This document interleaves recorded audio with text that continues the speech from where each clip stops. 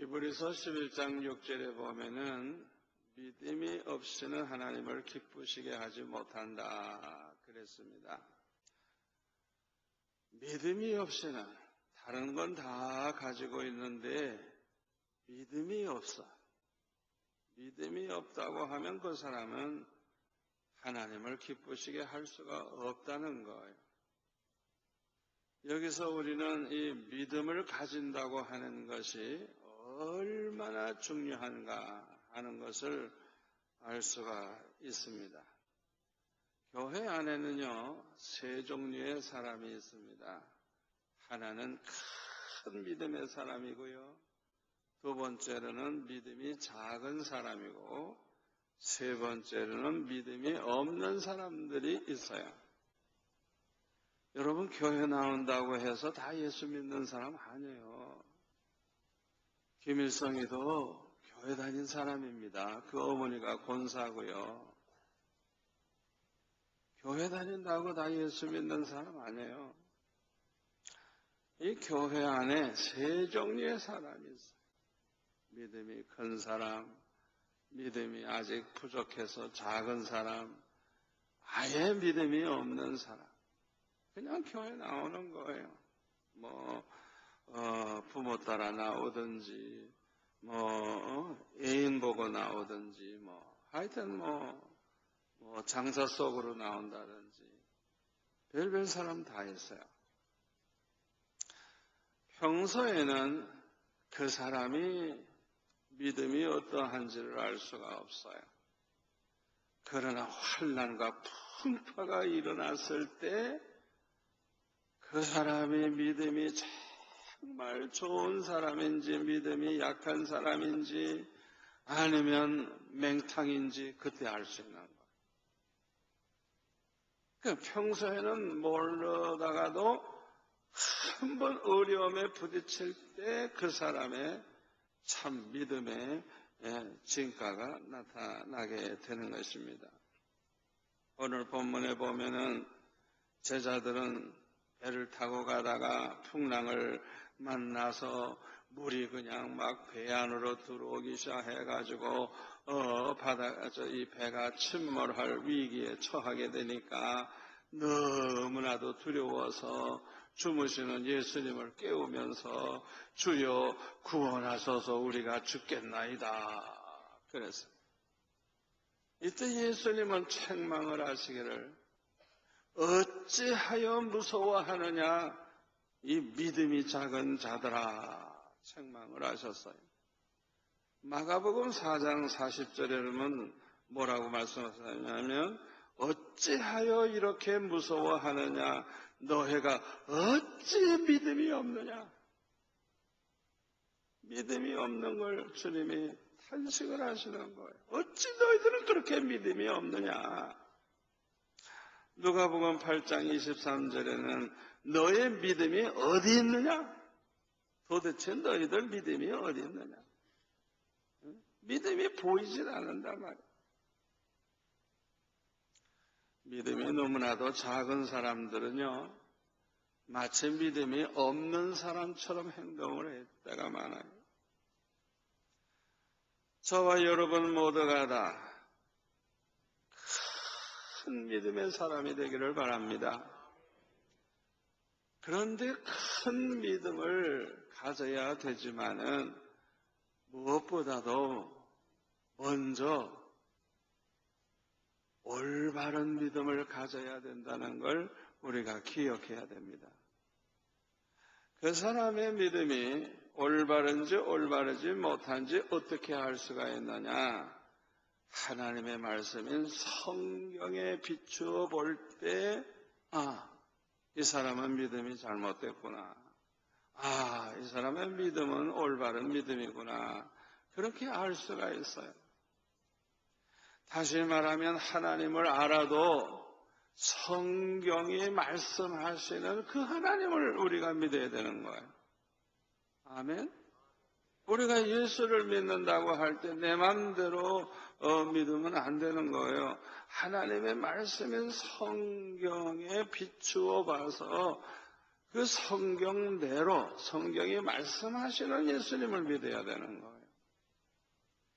그래서 우리는 이 성경을 똑바로 알아야만 하나님도 똑바로 알고 예수님도 똑바로 알 수가 있는 것입니다. 교회에 처음 나온 사람이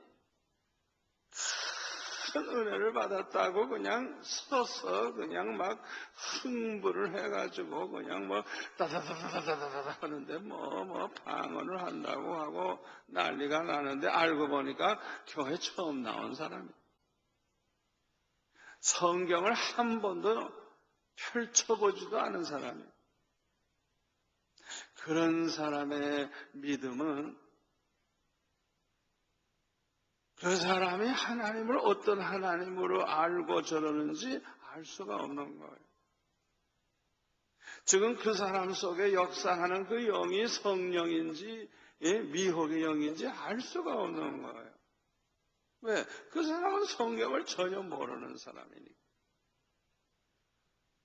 그러므로 우리가 올바른 믿음의 사람이 되려고 하면 성경을 열심히 읽고 배워야 됩니다.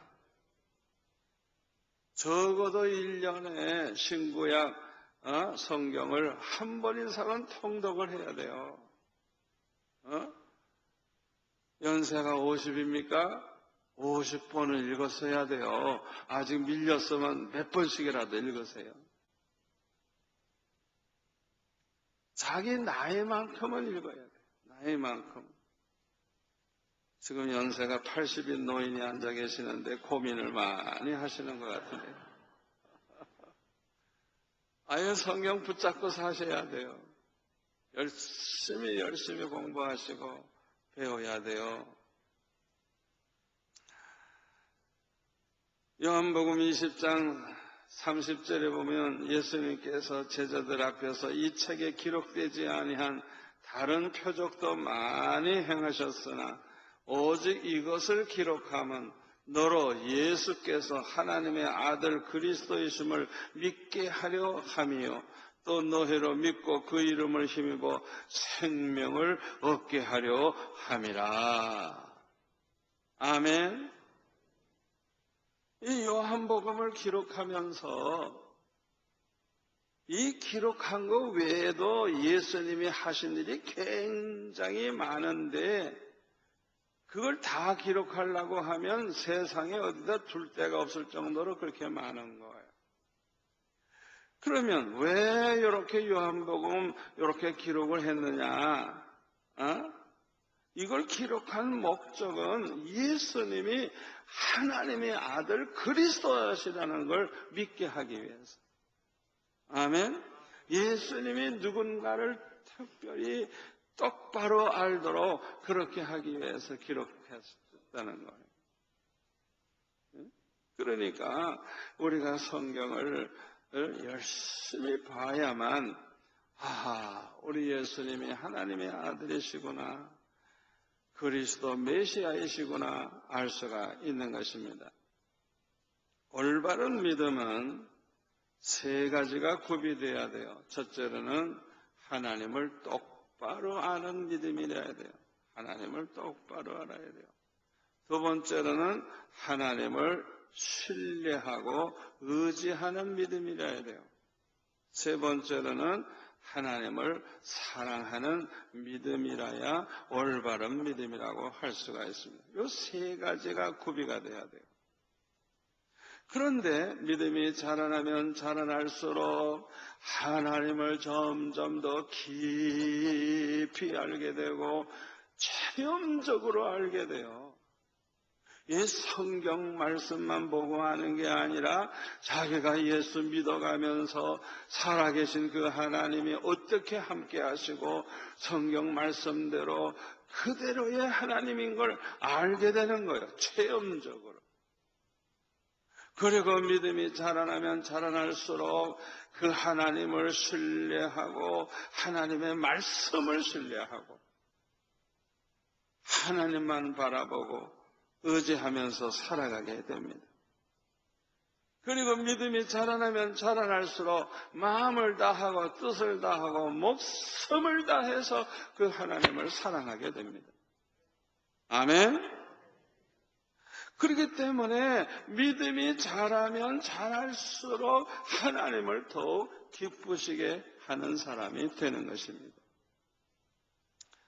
그런데 오늘 본문에 보니까 예수님께서 어찌하여 무서워하느냐, 믿음이 작은 자들아 말씀을 하시고 주무시던 예수님이 일어나셔가지고 바람과 바다를 꾸짖으시니까 아주 잔잔하게 되었다 그랬어요. 아니 그걸 보고 제자들이요 놀랍게 여겨 이르되 이가 어떠한 사람이기에 바람과 바다도 순종하는가, 그렇게 말을 했다는 거예요. 예수님이 지금 누군지를 모르고 있는 거예요. 예수님이 어떤 분인지 똑바로 알지 못하고 있다는 걸 여기서 발견하게 됩니다. 그러므로 이들은 예수님과 함께 있으면서도 풍랑이 일어나는 바다를 보고 무서워했던 것입니다. 여러분들은 예수님이 누군지 어떤 분인지 아십니까? 왜 이렇게 아멘이 작아요? 우리는 삼위일체이신 하나님을 믿습니다. 성부 하나님, 성자 하나님, 성령 하나님. 아멘. 성부, 성자, 성령이 모두 한 하나님이신 것입니다. 그래서 요한복음 14장 8절에 보면 빌립이 주여 아버지를 우리에게 보여주옵소서 그리하면 족하겠나이다 그러니까 예수님이 말씀하시길 빌립아 네가 이렇게 오래 너희와 함께 있으되 네가 나를 알지 못하느냐? 나를 본 자는 아버지를 보았거늘 어찌하여 아버지를 보이라 하느냐? 왜요? 예수님도 하나님이시기 때문에. 아멘. 예수님은 육신을 입고 이 세상에 오셨으니까 볼 수가 있지만은 하늘에 계신 하나님은 영이시기 때문에 볼 수가 없어요. 보이지 않는 하나님이에요. 여러분이 그걸 아셔야 돼요. 성자 하나님이신 예수님은 비록 육신을 입고 이 세상에 오셔서 33년을 사셨지만은 성부 하나님과 같이 똑같은 하나님이신 것입니다. 그러므로 죽은 자를 살리시기도 하셨어요. 요한복음 5장 21절에 보면 아버지께서 죽은 자들을 일으켜 살리신 것 같이 아들도 자기가 원하는 자들을 살리느니라. 똑같은 하나님이시기 때문에 그런 거예요. 예수님이 바다 위를 걸어 다니시기도 하시고 38년 된 병자를 향해서 일어나라 하니까 일어나, 그냥 일어나. 죽은 지 나흘 된 나사로에게 일어나라 그러니까 그냥 그 무덤에서 그냥 이 묵힌 채로 일어나는 거예요. 그냥 살아나는 거예요. 안전뱅이를 그냥 일어나라 그러니까 일어나는 거예요. 오병이 여러 5,000명을 먹이고도 12바구니나 남는 그런 기적이 일어나요. 오늘 본문에도 보면 풍랑이 일어나는 바다를 향해서 마가복음 4장 39절에 보니까 잠잠하라 고요하라 말씀하시니까 즉시 바람이 그치고 아주 잔잔하여지더라 그랬어요. 명령하셨어요. 잠잠하라 고요하라 말씀하셨어요. 예수님이 이렇게 말씀만 해도 바람과 물이 순종을 했어요.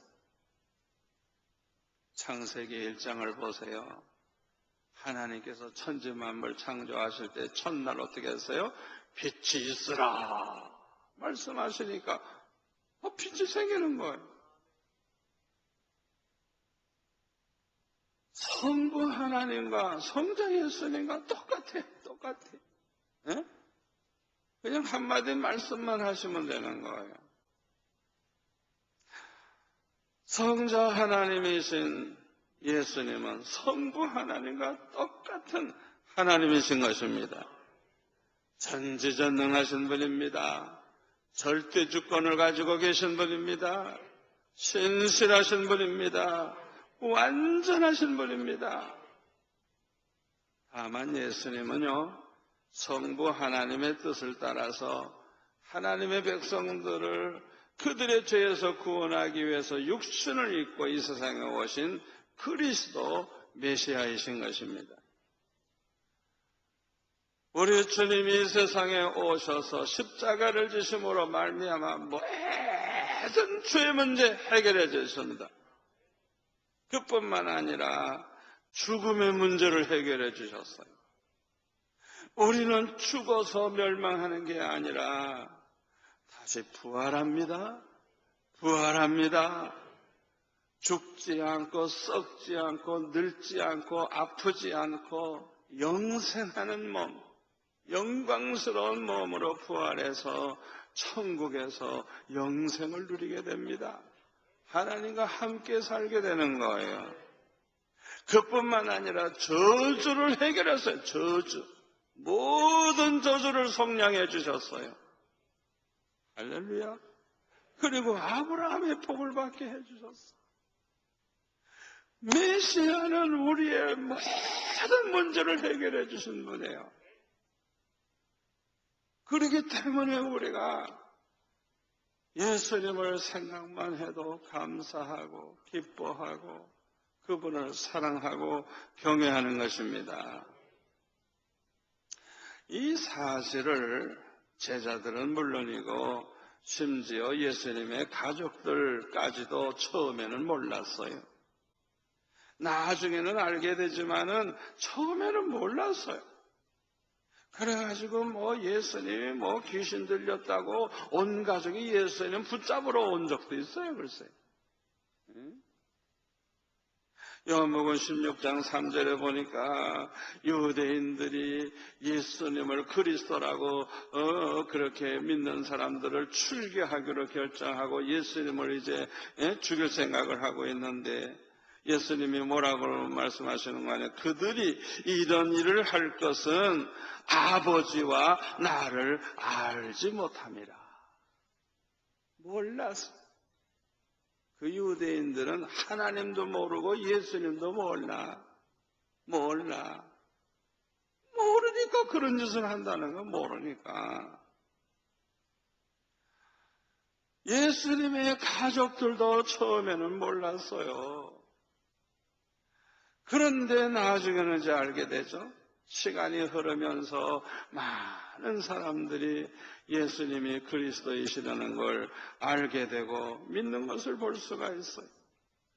요한복음 1장 36절에 보면은 요한이 보라 하나님의 어린 양이로다 예수님 오시는 것을 보고 그렇게 말씀하니까 이 말을 듣고 요한의 두 제자가 그 즉시 예수님의 메시아 그리스도라는 걸 알고 예수님을 따르기 시작을 합니다. 그 중에 한 사람이 베드로의 형제 안드레예요. 안드레. 이 안드레가 먼저 자기 형제 시몬 베드로에게 찾아가서 우리가 메시아를 만났다. 메시아는 번역하면 그리스도라고 할 수가 있죠. 그래가지고 예수님께 데리고 왔어요. 그랬더니 예수님이 말씀하시기를 요한의 아들 시몬아 너를 장차 게바라 하리라. 게바라는 말은 번역하면 베드로라는 뜻이에요. 또 요한복음 1장 45절 이하에 보면 빌립이 나다나엘을 찾아가서 우리가 나사렛 예수 메시아를 만났다는 걸 가서 이야기를 해주니까 나다나엘이 나사렛에서 무슨 선한 일이 것이 날 수가 있느냐 빌립이 이렇게 이르되 와서 보라 하니까 이제 예수님께 왔어요. 그랬더니 예수님이 나다나엘을 보시고 보라, 이는 참으로 이스라엘 사람이라 그 속에 간사한 것이 없도다. 주님이 그렇게 말씀을 하셨어요. 그러니까 나다나엘이 나를 어떻게 아시고 그렇게 말씀하십니까? 그러니까 빌립이 너를 부르기 전에 네가 무화과 나무 아래 있을 때 보았노라. 예수님은 여기서도 저 안 보이는 곳에 있는 걸 다 보고 계시는 분이에요. 다시 말하면 전지전능하신 분이에요. 아멘. 다시 말하면 예수님이 그리스도 메시아라는 걸 증거한 거예요. 그때 49절에 나다나엘이 대답하되 랍비요, 당신은 하나님의 아들이시요 당신은 이스라엘의 임금이로소이다. 이야, 어떻게 그렇게 빨리 예수님이 그리스도라는 걸 알게 되는지 참 복받은 사람이죠. 요한복음 4장에 보면 사마리아 수가성 여인에게 예수님께서 메시아라는 것을 가르쳐 주니까 이 여자가 그냥 물동이를 두고 그냥 마을로 달려가가지고 내가 행한 모든 걸 나에게 말한 이분을 와서 한번 와보라. 그래가지고 그냥 다 그분들을 데리고 왔더니 그 사마리아 사람들이 다 예수를 믿게 됐다 그랬어요. 그리고 거기 40절에 보면은 예수님께서 이틀을 더 그곳에 계셨는데 예수님의 말씀을 직접 듣고 믿는 사람들이 더욱 많아졌는데 이렇게 말합니다. 이제 우리가 믿는 것은 네 말로, 이 여자의 말로 인함이 아니니 이는 우리가 친히 듣고 그가 참으로 세상의 구주 그리스도 메시아인 줄을 알미라 하였더라. 이야, 이 수가성 사람들 수지 맞았죠. 그냥 그 마을 사람들이 천대받는 사마리아 사람인데도 예수님이 그리스도라는 걸 알고 다 믿게 됐어요. 나사로가 죽은 지 나흘 만에 예수님께서 오시니까 마르다가 이렇게 말합니다. 주께서 여기 계셨더라면 내 오라비가 죽지 아니하였겠나이다. 그렇게 말을 합니다. 그때 이렇게 말하면서 나는 이제라도 주께서 무엇이든지 하나님께 구하시는 것을 하나님이 주실 줄 아나이다 말을 하니까 예수님께서 네 오라비가 살아나리라 말씀을 하셨어요. 그때 마르다는 이렇게 고백합니다. 마지막 날 부활 때에는 다시 살아날 줄을 내가 아나이다. 그때 예수님께서 나는 부활이요 생명이니 나를 믿는 자는 죽어도 살겠고 무릇 살아서 나를 믿는 자는 영원히 죽지 아니하리니 이것을 내가 믿느냐? 할 때 27절에 주여 그러하외다 주는 그리스도시요 세상에 오시는 하나님의 아들이신 줄을 내가 믿나이다. 이 마르다도 예수님의 메시아 그리스도라는 걸 똑바로 알고 믿고 있는 걸 볼 수가 있습니다. 요한복음 20장 27절에 보면 도마가 예수님 부활을 믿지 않다가 예수님이 친히 오셔서 도마에게 손을 내미시면서 네 손가락을 이리 내밀어 내 손을 봐라. 또 내 옆구리에 넣어봐라. 그리고 믿음 없는 자가 되지 말고 믿는 자가 되라 말씀하시니까 도마가 이렇게 고백합니다. 나의 주님이시요 나의 하나님이시니이다. 예수님이 메시아라는 걸 이제서 비로소 깨닫고 고백하는 걸 볼 수가 있습니다. 우리도 예수님이 누구이신지 똑바로 알고 있다고 하면 그 예수님을 믿고 신뢰해야 됩니다. 전지전능하신 분이고 절대의 주권을 가지고 계신 분이심을 믿어야 됩니다. 우리의 생사하복은 주님의 손에 있습니다. 여러분, 우리의 생사하복이 세상에 달려있는 게 아니에요. 환난 풍파에 달려있는 거 아니에요. 우리의 생사화복은 누구의 손에? 우리 주님의 손에 있습니다. 아멘. 그래서 마태복음 10장 28절에 보면 몸은 죽여도 영혼은 능히 죽이지 못하는 자들을 두려워하지 말고 오직 몸과 영혼을 능히 지옥에 멸하실 수 있는 이를 두려워하라. 참새 한 마리가 한 아사리온에 팔리지 않느냐. 그러나 너의 아버지께서 허락하지 아니하시면 그 하나도 땅에 떨어지지 아니하리라. 너에게는 머리털까지 다 세심받으었나니 두려워하지 말라. 너희는 많은 참새보다 귀하니라. 아무리 환난 풍파에 일어나도 너희들 죽고 사는 것은 환난 풍파에 있는 게 아니다. 우리 하나님의 손에 있다는 거예요. 절대 주권을 가지신 주님의 손에 있다는 거예요. 아멘. 아멘. 누가복음 21장 17절에 보면 또 너희가 내 이름으로 말미암아 모든 사람에게 미움을 받을 것이나 너의 머리털 하나도 상하지 아니하리라. 여러분, 순교는 아무나 하는 거 아니에요. 순교자의 반열에 설 영광스러운 사람들만이 누리는 복이에요. 그런 거 걱정하고 예수 믿지 마세요. 하나님이 허락지 아니하면 우리 머리털 하나도 상하게 할 자가 없다는 걸 믿고 사시기를 바랍니다. 죽고 사는 거, 흥하고 망하는 거 세상에 있는 게 아니고 우리 주님의 손에 있어요. 그런데 제자들에게는 여기에 대한 확신이 없었어요. 그러니까 풍랑이 일어날 때 풍랑만 바라보고 두려워했던 것입니다. 그러나 이들이 성령의 세례를 받은 후에는 이런 두려움이 다 사라진 것을 볼 수가 있어요. 사도행전 4장에 보면은 유대인들, 바리새인, 제사장들이 예수의 이름으로 말하지도 말고 가르치지도 말라고 막 경고를 했습니다.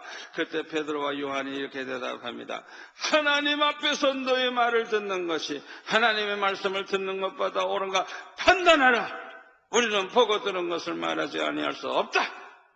이렇게 말하니까 이 관리들이 백성들 때문에 그들을 어떻게 처벌할지 방법을 찾지 못하고 다시 위협하여 놓아주었으니 이는 모든 사람이 그 된 일을 보고 하나님께 영광을 돌림이라.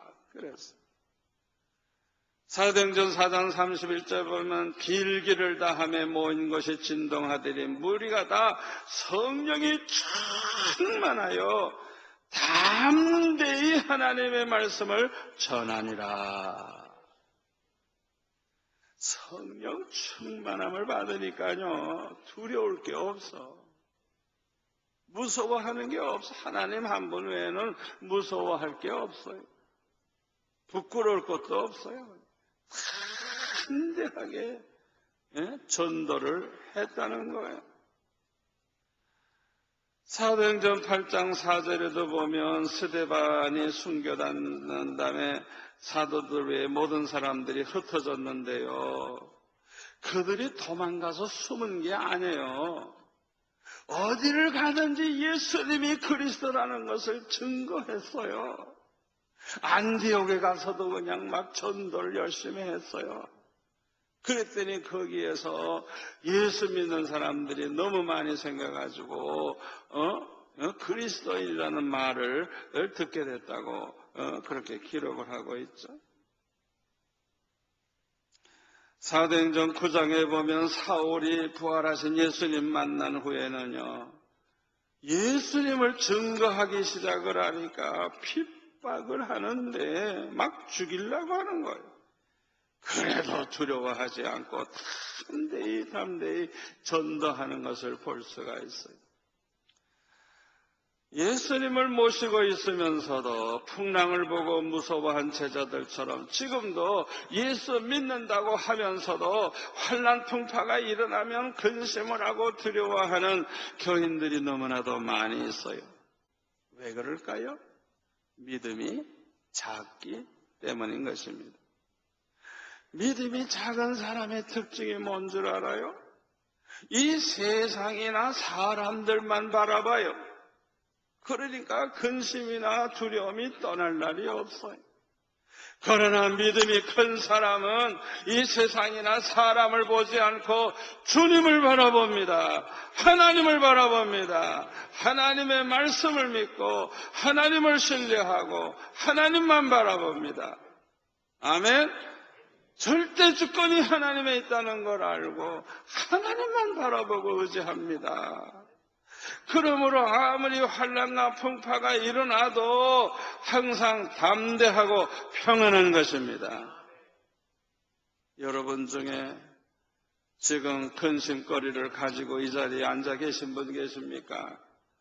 자꾸만 걱정이 되고 근심이 된다고 하면 그 이유가 뭔지 알아요? 믿음이 작기 때문에 그래요. 해결책은 기도하는 것밖에 없어요. 기도하면 은혜 받고 은혜 받으면 믿음이 성장하고 믿음이 성장하면 걱정이 안 돼요. 담대해져요.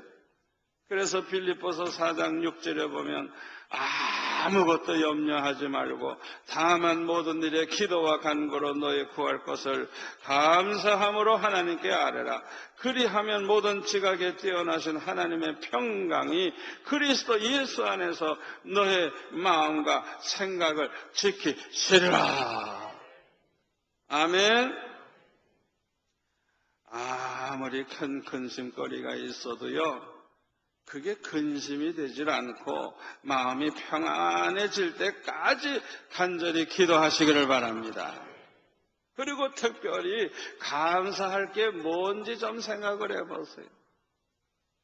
걱정거리만 자꾸 생각하지 말고 그동안에 하나님이 주신 복을 세어보면서 야, 하나님이 나에게 그때 어려움 당했을 때 하나님이 나를 이렇게 축복해 주셨지, 그때는 절망적이었는데 하나님이 이렇게 해결해 주셨지, 감사할 걸 자꾸 생각해 보라는 거예요.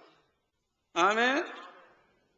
그러면요, 지금 이것도 하나님이 해결해 주시겠구나, 믿음이 생기게 되는 거예요. 지금은 지구의 종말이 가까운 때입니다.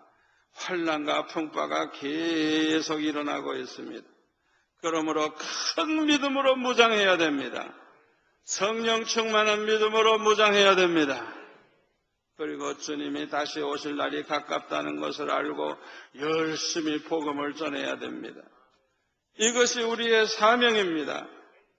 성령 충만한 초대 예루살렘 교회처럼 큰 환난이 그냥 핍박이 심하게 일어나지만은 어디를 가든지 열심히 예수님이 그리스도라는 걸 전했어요. 저와 여러분도 그렇게 살면 우리 주님이 함께 해주시고 책임져 주실 것입니다. 여러분 그렇게 살아야 돼요.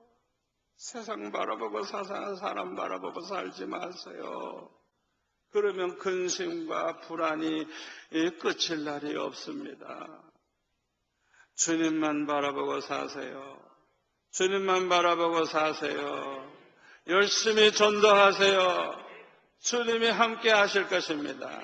책임져 주실 것입니다. 걱정거리는 주님이 대신 다 맡아주실 것입니다. 아멘.